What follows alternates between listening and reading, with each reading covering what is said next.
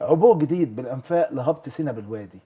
حضرتك كمان مش مساله هبط بس، مساله عبور الميه لسينا. محطه بحر البقر هيفتحها رئيس ان شاء الله قريبا، من نفس المكان، من نفس المكان اللي اتقصف بالطيران بعد 67 والشهداء تم قتل الاطفال في بحر البقر. هيعدي الميه بتاعت النيل لسينا عشان تزرع نص مليون فدان. وبنقول انه هنا كان مكان الشهداء، اولاد الشهداء دول كبروا، حضرتك الاطفال دول ابهاتهم واخواتهم كبروا، واديهم ايه عملوا، حضرتك ايه اللي حضرتك عدوا الميه عشان تسقي زراعه هناك وعشان نزرع نص مليون فدان في سينا. فده اكبر هديه بنقدمها لارواح الاطفال اللي استشهدوا في قصف مدرسه بحر البقر.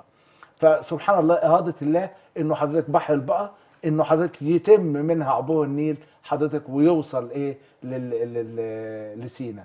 ورئيس هو حضرتك عمل اكبر محطه تحليه حضرتك اللي هي محطه للصرف الصحي، تنقيه معالجه ثلاثيه للصرف الصحي علشان تعدي مياه النيل وتوصل لحضرتك لسينا عن طريق مصرف بحر البقر. فده مهم قوي. والنيل محدش هيقدر يمنع منه لتر واحد، وهنشوف الكلام ده بعد كده، لانه حضرتك الميه هتعدي هي لسينا وهتزرع سينا والميه مش هتقل. وسبحان الله ربنا معانا، والسنه دي جه فيضان.